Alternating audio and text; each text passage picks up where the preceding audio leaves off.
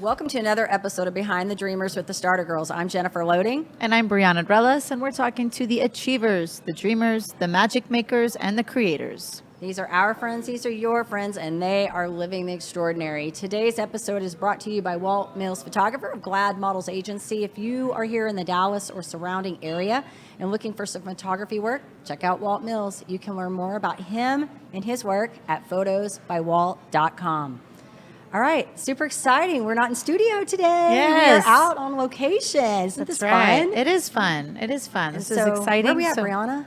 We are at 12 Cuts. We have one of the owners here, Alda Boiani. We are super excited to have her here, and obviously this is her location. So thank you, Alda, for having us here and allowing us to come in and feature you today. We're super excited to chat with you.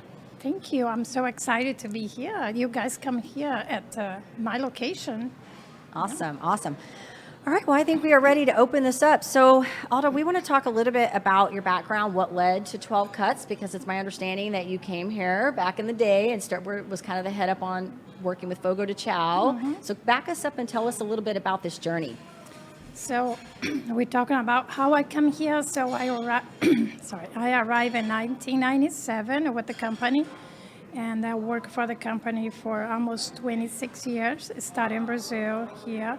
So this is what we know to do, work with food and customers and make sure that we have the best food and customer service. And 97, so we learned a lot. I came here not English at all. So I had to learn English and work on, So, and then I work and open many stores. And 2015, I invited to leave. And so since we come here, we had the dream, me and my husband, to open our own store. And I put in my things, I only leave the company if I open my own business or I'm retired. So I was too young. I didn't have money enough to retire. So I had to open my business. That's awesome. So tell us where you moved here from. I moved here from Brazil. Brazil, so I okay. I needed to kind of my throat, sorry. Go ahead and get yourself a drink if you need to. It's okay. It's totally okay. I had something. Hey, it happens. That's why I've got the water. To talk. Yes, we have all the water. We got the water. It's all good. So I born in South Brazil in a small town called Encantado, very small, and I grew up in a rural area that we didn't have even electricity until my 16 years old. And then we moved to so I moved to the city after that. So, and after I finished high school, I moved to São Paulo. But one of my dreams was when we work on the farm, I'll see on the sky the little bit of plane, and my dream was to fly. So, and then we are very, we have everything to eat because we grow our own vegetables and food, but we are very poor. And so this was a big dream, almost impossible when you see the airplane fly by, yeah. Wow. And then I flew in 1990, I moved to São Paulo. In 1997, I moved to U.S., so I flew a lot. Yeah, wow. What a huge transition to go from you were 16 or 18 when you moved to São Paulo? I was a little older, yeah. I just finished high school. Uh-huh. Yeah. And then in 97, about 7 years later or so. Yeah, almost 90. I mean, you went from no electricity to São Paulo to 7. That's really not a lot of time to have such a huge transition in your life to move to the U.S., right? Yes. Wow. That's an amazing journey. Yeah, we kind of we pray every day. We are very, God. And I think he listened, so I was asking to fly. I thought when I asked it to fly, it was just fly, but I flew not only fly, move it from location to the other, but I move it to have it nothing, to have a business, family, and know a lot of countries, travel around, the world. Yeah. Wow. Yeah. I just got chills. I know. That was so good. Yeah. It's so interesting. Yeah, to have, well, and you just said something when you were talking about, you put out there to fly. It made me think of what I was, I was coaching a client today, and I was talking about, the energy that you put into the universe and what you put out there, and how, so often we focus on the things that we don't want to happen, and they continue to keep repeating. And when you put something out there very specific that you want, it's magical how sometimes things just really start happening in that way. Yeah. So awesome for you. This is why people say be careful what you wish for. Wish good things because, you believe it.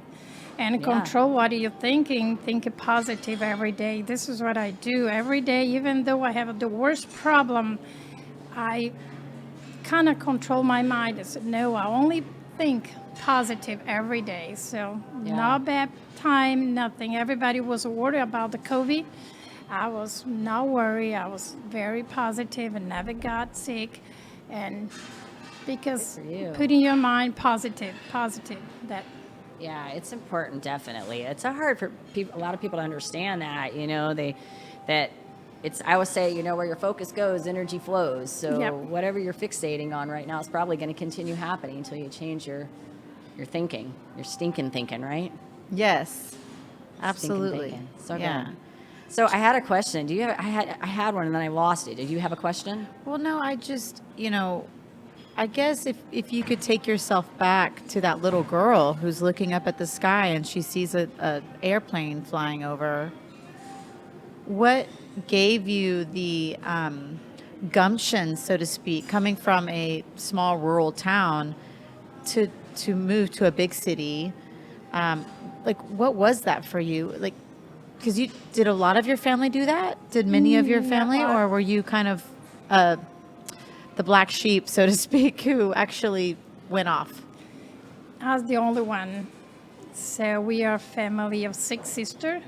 My father, my mom at that time. So since the city is small, we didn't see any grow much. So I kind of take the opportunity when a friend of mine moved to Sao Paulo and tell me, "Oh, do you want to come?" They hire somebody. So, and the specific at that time, Fogo only hire people from South America, South of Brazil, actually. And I said, why not? I don't have nothing to lose. And these, we don't see anything in this small town, city, you work. We don't have, not much to kind of achieve. You stay there forever. So I move it. So I asked my father. He said, "Oh, go. Don't do like we do. That we don't have nothing." My father he never learned how to read, write, and so he said, "You have to go and see what you can find out there. It's much better to stay here for sure." So Yeah. he man. was That's amazing. yeah. So when I was not scared. I have a friend in Sao Paulo, so I said, well, I need to try. And then my other thing I want to do is to buy a house because we didn't have a house. I was paying rent to my parents to the house. So, and my focus was to buy a house. Yeah. To buy a house, and then we'll see. So at the beginning it was hard because I never left home. So when I said, the first time you leave, and it was, and in Brazil, the culture was completely different. So than here. So and back at the time, even more. So we don't leave a house. We stay with parents until you marry or, something happen. So, and it was hard at the beginning, but I bought a house for my parents. I bought a house for all my sisters. Oh my goodness. And I'm still keeping helping them. So. That is so awesome. Yeah. That is so awesome. Well, I want to ask you a question because obviously we've talked about, you've just given us this whole background, and obviously we know that wasn't an easy challenge to get through all Yeah. that. So, coming over here and starting up 12 Cuts, what do you feel like was maybe the most challenging thing for you, making that shift, going from where you were and then coming into doing your own thing now? It's a little different when you work for somebody. Even though I work like it's my business, I usually do my best. So I never complain about the work in my life. I never complain. I just work, and I work like it's mine all the time. But when I came here, it was a little different. It looked like everything depended on me, so I had more responsibility. So how to bring a customer, how we do when it was, especially when the days we are not busy. So my gosh, what I needed to do, what I'm not doing the right thing. And then we opened 5 months before COVID, and then kind of COVID came. So we had to kind of think, what are we gonna do next day, you know? We have all the bills to pay. Sure. And then we just open it. We don't have the big clientele yet, you know. We just open your business, and then we have to close. And Yeah. I didn't realize you guys opened right before the pandemic. Wow, Yeah. what a way to pivot and just push through that. I mean, yeah, that's a whole conversation in itself, how you survived going through all that, and a lot of places shut down. I mean, we closed because we had to, you know. Right. And but the next day we already put something out there. I was calling all the customer. We did family meals, take out, deliver, and a little bit every day. We are selling more and more. That we be able to pay all our bills, you know. yeah, incredible work ethic. Absolutely. I love the part where she says, I work and I don't complain and I just work. I just work. Well, and if you think about everything going on right now, where like people can't keep people hired, like people don't want to work, and then you hear these stories like this where they're like, I just don't complain, I did my work, and you're like, yes, why are more people not like that, Yeah, so Yeah. we can't find anymore. So, and I Yeah. have because every time if you don't put a goals, you just go there to work for Yeah. it feel empty. So you have to have something in the future that it make you do it. So every time in your life, for me, I have something that I needed to achieve, and I need to go. So I need to work because I need to achieve what I thinking what I want to do in the future. So Right. No, that absolutely makes sense. Getting connected to whatever your purpose and your passion Yes. is definitely going to make you want to do something more than not so. Yeah, because sometimes it's not everything you like it to do, but as a part of you grow your business, you need to do, and just do it the best way as possible, and everything is fine. Yeah. It's awesome. It is. So I think we should ask her what keeps her in the game with this. Like, I think that's a good one. Absolutely, especially after getting through Yeah. COVID, and I mean at this point you're probably still you mentioned you have a huge event this weekend, which is really exciting for you, but you're still growing this location. Yeah. So and I actually I kind of come from the restaurant industry. My husband and I owned a restaurant for 7 years, and we did close during COVID, or we closed last May, so it's almost been a year, but COVID was the main reason why we closed. So I understand how hard it is to run a restaurant, and you keep doing it. You keep showing up every single day and working your business, So the question is, what keeps you in the game? And maybe it has to do with what you see ahead of you, Yes, I have. One of the reason we did this business because my husband has Parkinson's, so for him to work, so sometimes he get tired, but it's good to be involved in something. The life is easy if you have a purpose. He's here to work every day and make him kind of forget a little bit about the disease. And this is one of the things. Another thing is once I do something, I go to the end. I'm not the quitter at all, so I keep on going. And even though with some time we feel like, oh my gosh, something happened that we didn't like it, what I don't like at all, but I keep on going because I find the way to kind of get better and continue because I have people that work with us that we really appreciate, and now we want to grow, and they gave opportunity to other people to grow with us also, one of the reasons.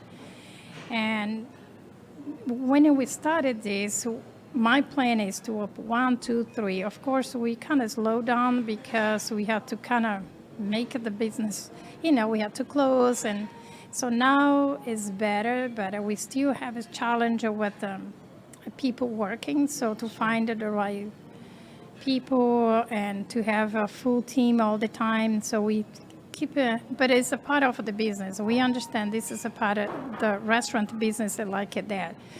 Right now it's a little different, it's a little harder than maybe used to be, but it's not impossible. So I keep it going because I have other project in my mind. I put in my business plan that I want to do it. So my focus is to do it. So So many good little things in there. That's so great. I like it's so I like you hear. I just think it's so awesome that we've had several. I feel like episodes that have gone out where we've asked that question. You know, like, hey, has there been those moments where you thought, I want to throw in the towel? What's keeping you in the game? And we can't kind of keep finding the same answers come up. It's just not really an option. That I'm committed to this and I'm going to see it through to whatever that looks like. So I love your passion and your drive. yeah, and and then commitment. one thing, yeah, you need to like what you do. I like Yeah. it. Doesn't matter, I really like it. So Yeah, because and that's the thing. You do have to like what you do because it gets hard. And if you're not loving what you're doing, the hard gets in the way. Right? yeah. So good stuff. Audience, they're getting a view of the bar today, which is a massive bar back there, by the way. There's a lot back there. But tell us a little bit about what makes this restaurant unique. Like, what is this about? Yeah, well, we started because we went worked through the years of different restaurants. So after I left Fogo, I went to different concepts, and so I learned a lot. We tried to do what I don't like what I saw in the other ones. So we focus more. I know it's a Brazilian concept, and so, but our most of the green at the salad bar is organic. So we try to get the best products possible, and the meat always high choice or Angus prime. So we keep in the way we used to do back on the time. So customer first. So we want to make sure customer comes here to eat. They don't get the cheaper meat, but they get the best meat to start with to have the best experience.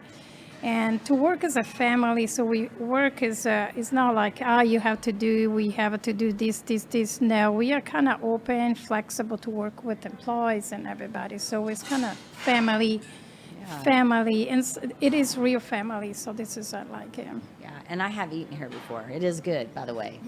so we Sounds amazing. Yeah. So in 12 cuts because a lot of restaurants out there they have a 20 cuts, whatever, and it's almost just numbers. So we make sure we put a 12 very good ones, the best meat. So less but best. Wow. That is great. Hey, And you got to eat here, Brianna. I know. It's good stuff. Do you, right now, we've talked to so many people, and we just kind of touched on this, that are struggling to hire employees. There's so many people who don't want to work right now. Do you face that challenge, or do you feel like you're retaining your employees pretty well? And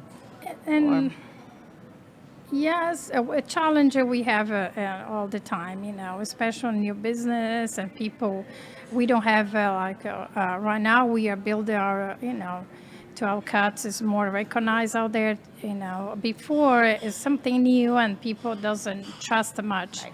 Now we have a more it's a couple years already. So the challenges continue because of the time that everybody is looking for employees, and this Brazilian steakhouse has so many in Dallas. It has a lot of competition, I guess. I don't go there and ask for other to come to join us. Right. I don't go to other restaurants and say, oh, look, you got this much money, I have to pay more.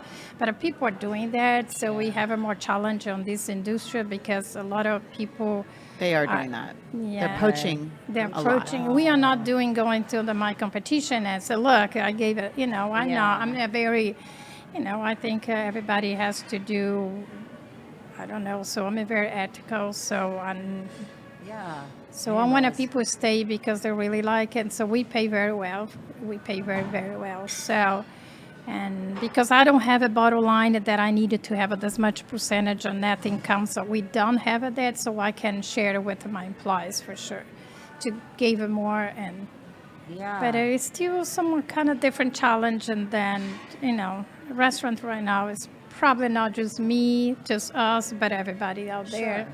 Sure.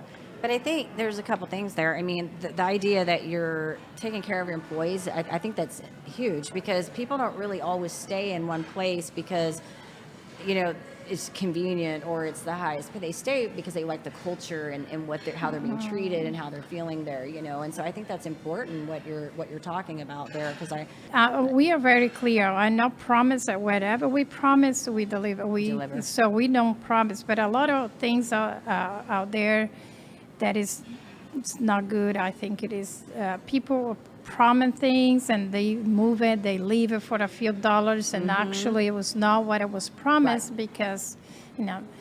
But here, what do we say? We make sure we deliver. So if we say this is in, so they can trust. So we know I'd never lie to any. So I don't like the lie. But it's a lot of things out there that they say something, actually it's not there. But it's all about money. I think a lot of people, it's about money right now. So yeah, they got to pay for gas. yeah, right everything is And so food. expensive. It Gas and is. food. Gas and food right now, like you go to buy eggs and all the necessities, and they're like, everything is expensive. You got to have money to eat, you know. If you find it, because sometimes it's not there anymore. So we I go know. to our restaurant supplies store is empty. Yeah. Well, you're doing awesome stuff. I think that you're doing the right things, and that's the important thing. I know it's not, I didn't even know about this poaching thing. It's the first I've heard about this, but I'm not in that industry, so I don't know. I'm not denying it doesn't. I'm just, God, people are just interesting, aren't Yeah, they? it's different times, you know. It's It's a kinda- real thing for sure. Yeah. You know, I mean, we had that challenge often where one of our chefs would literally just not show up Wow. because somebody promised him $2 more an hour or something. Oh, my goodness, I mean, yeah. that's really what it came down to, you know. Right. And we were already paying them a lot. Yeah. Yeah, it's just crazy. Yeah. But right now, the restaurant industry, I think, is in big transition. But I mean, you are doing amazing things, and obviously, I love how you stand behind the quality of your product and the service, and I love also how you're fostering, you know, that family environment and that support environment, because, like Jennifer said, I agree. Like, people stay when they're treated well. And it sounds like that's a priority for you. Yeah. So I do have another question. Let's say somebody wants to get in the restaurant industry. Maybe don't know what that is. Not a 12 Cuts, something else. What kind of advice would you offer them for starting out? What would you tell them to go do? Well, I'll say what I do. It is to be on and everything, because if you don't know anything about restaurants, it's not easy. It's a very difficult business. You need to know and to be on at least the beginning. I don't know, because you have to be there every day. You have to make sure everything works well, quality, people, everything is. And then you have to have it, and financial wise, some kind of cash flow to be able to kind of, because of, depending the restaurant, some chef is a famous, so you can have a business right away. Otherwise, sometimes it take a while until you make your business. You know, people know about you out there, so it's not easy. Not easy.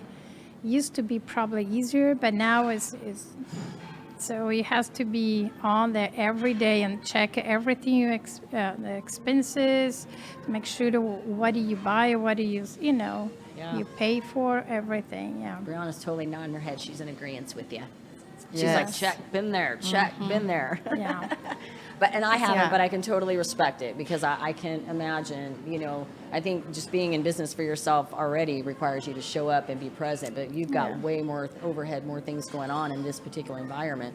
And hire the right people, put whatever, people on the right position, and people that you trust, and then make sure you do your job very well. So, and to have the people is important.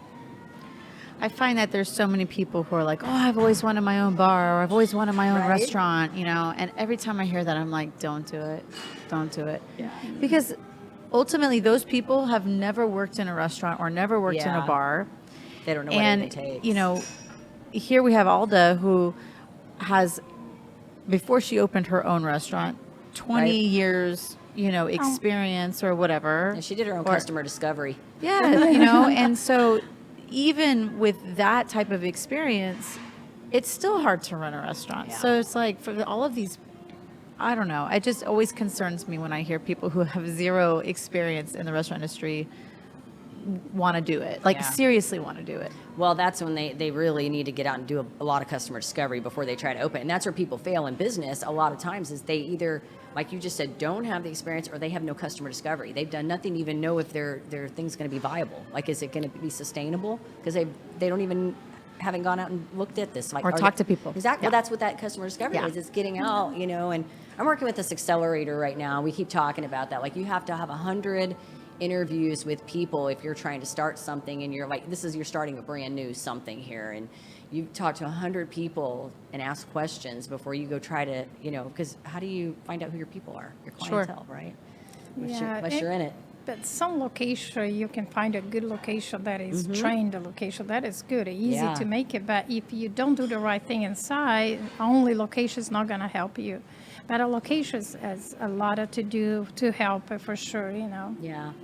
But when you study or you have a lot of money to have a very good location, if you study on, sometimes people doesn't have that enough money and they are dreaming about the business, but if you don't have it's not easy. If you Right. don't have a cash, a lot, Yeah. it's- Yeah, it's hard to get the food if you don't have the money to get the food. Yeah, so you can't wait it's- for them to pay before the it's food all comes. together, yeah. It's not one of those where we can we'll pay you first and we're going to take the money and go buy the food. No, we got to have the food. Yeah. I get It's, it. it's a business, but Yeah. it's a restaurant, I think it's a little, Yeah. who has restaurant and knows that it's a lot of hours, a lot of yeah. hours, 24/7. Yeah. Yep. You definitely It's have true. the work ethic, Alda. I love Yeah. it. Hard worker. I think we should do some fun questions. All like there's right. Some rapid I fire. agree. You want to open this up this time? Absolutely. So, you mentioned that you're Italian, Yeah. but you grew up in Brazil. So, have you traveled to Italy? I did. I went 2013 for a week only, but at least I went there. So, And what's your favorite city in Italy? so I went to a few different cities, but I only did Rome, Florence, Naples, and we like Rome, so we stayed a few days there. So, It's awesome. Wonderful. yeah. All right. So, besides your lovely food at 12 Cuts, what's your guilty pleasure? What's your favorite just bad thing that you love to eat? I'm very good on eat. So, but I like chocolate, even though I'm allergic. I eat a lot, goodness. and I like fries. That is bad, but I love fries, French Oh my fries. gosh, I love French fries too, and I never get to eat them, but I love them. I Yeah, never eat them. yeah, I Every once don't- in a while. Yeah, this is the bad thing. And I drink a lot of coffee. Everything else is healthy, but I love fries. So, Well, and coffee, and that gets your energy, gets your Yeah. metabolism moving, keeps you flowing, so you can work those 24/7 yeah, days. yeah. Yes. Yeah. Okay, what about music? Do you have a favorite artist or musician?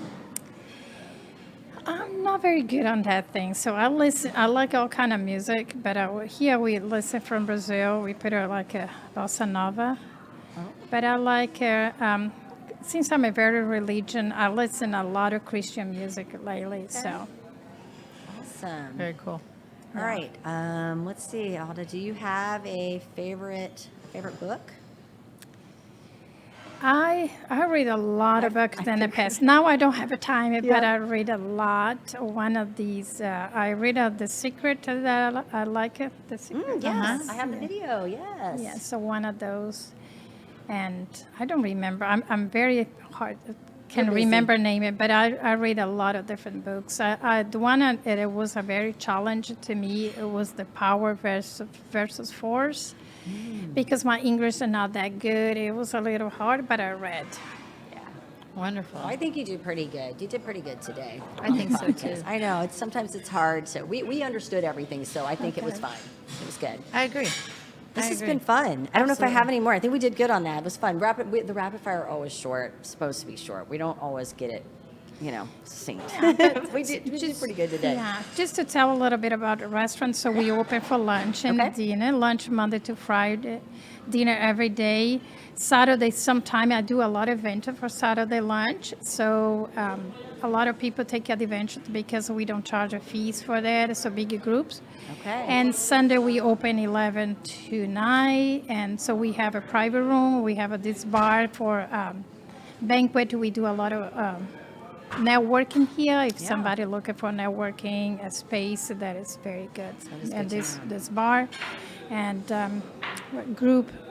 So we have a group where we do a lot of group events. So if people looking for places, Yeah. and now I know it's coming. Graduation is very Yes. I have one graduating this year.